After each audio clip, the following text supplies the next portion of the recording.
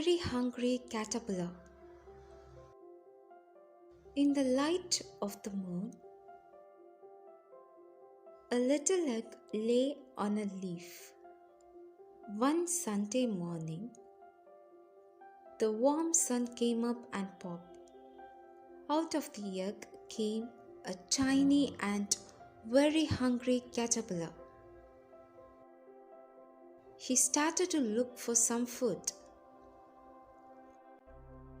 On Monday, he ate through one apple, but he was still hungry. On Tuesday, he ate through two pears, but he was still hungry. On Wednesday, he ate through three plums, but he was still hungry. On Thursday, he ate through four strawberries, but he was still hungry. On Friday, he ate through five oranges, but he was still hungry. On Saturday, he ate through one piece of chocolate cake, one ice cream cone, one pickle, one slice of Swiss cheese, one slice of salami, one lollipop, one piece of cherry pie, one sausage, one cupcake, and one slice of watermelon. That night, he had a stomachache. The next day was Sunday again. The caterpillar ate through one nice green leaf. And after that, he felt much better. Now, he wasn't hungry anymore, and he wasn't a little caterpillar anymore. He was a big, fat caterpillar. He built a small house called cocoon around himself. He stayed inside for more than 2 weeks. Then he nibbled a hole in the cocoon, pushed his way out, and he was a beautiful butterfly. This story teaches us on the topics of self-control, well-being and happiness, and growth and change. Eating the right things helped him to grow into a beautiful butterfly, and the wrong things gave him a stomachache. It takes eating a nice leaf to make him feel better. You too can grow up big and strong if you eat right. The end.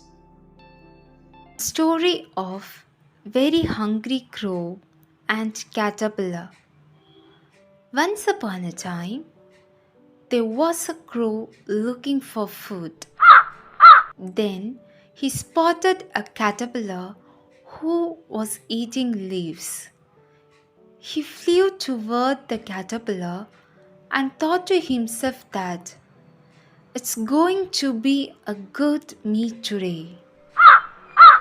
Seeing the crow approaching, the caterpillar becomes so worried as he knows that crow is a cruel animal.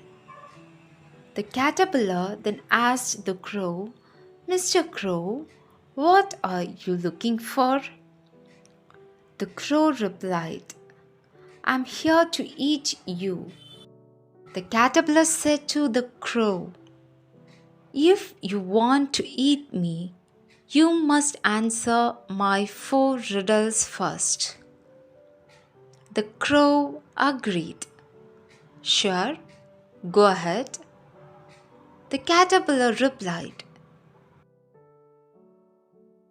The 4 riddles are: Number 1. What is sweetest among all? Number 2. What is the sorest among all? Number 3. What is the smelliest among all? Number 4. What is the most fragrant among all? The crow felt happy, thinking that the riddles were too easy. He was sure he would get to eat the caterpillar. The crow thought of the answers and replied, Number 1. The sweetest among all are sugar and honey. Number 2. The sorest among all are lime, tamarind, and vinegar. Number 3. The smelliest among all are the corpses of animals. Number 4. The most fragrant among all are flowers and perfume. After hearing the answers, the caterpillar said, Those answers are all incorrect. The crow was disappointed. Then tell me what the correct answers are, asked the crow. The caterpillar replied, I will only tell you the answers if you promise not to eat me. The crow accepted the request. Once they agreed on that, the caterpillar told the crow the answers. Number 1. The sweetest among all is our words. It's how we communicate with one another with respect and hospitality. Number 2. The sorest among all is our mean comments, our inconsiderate words that belittle and disrespect others. Number 3. The smelliest among all is our bad reputation, which is due to our terrible actions and behavior toward those who are weaker than us. Number 4. The most fragrant among all is our good reputation, which is due to our good deeds, generosity, and care towards others. As far as I know, you are the most fragrant among all. The caterpillar added. That is true, the crow agreed. The caterpillar said, We should do good things and avoid harming others. Then Crow nodded in agreement and told the caterpillar, True, you can go home now and be safe. The end. Never give up story. In the beginning, there were two little worms who lived in a garden. They were called Wilbur and Rocky. They were friends and ambitious. They would look at the beautiful flowers for hours and dream of touching them. But both of them were very small and moved very slowly. One fine day, they decided that they have to reach to the flowers. They started jumping towards the flower in the morning. It was until noon they jumped, but they couldn't touch the flowers. They were sweating and panting. But to fulfill their dream, they have to keep jumping and not stop.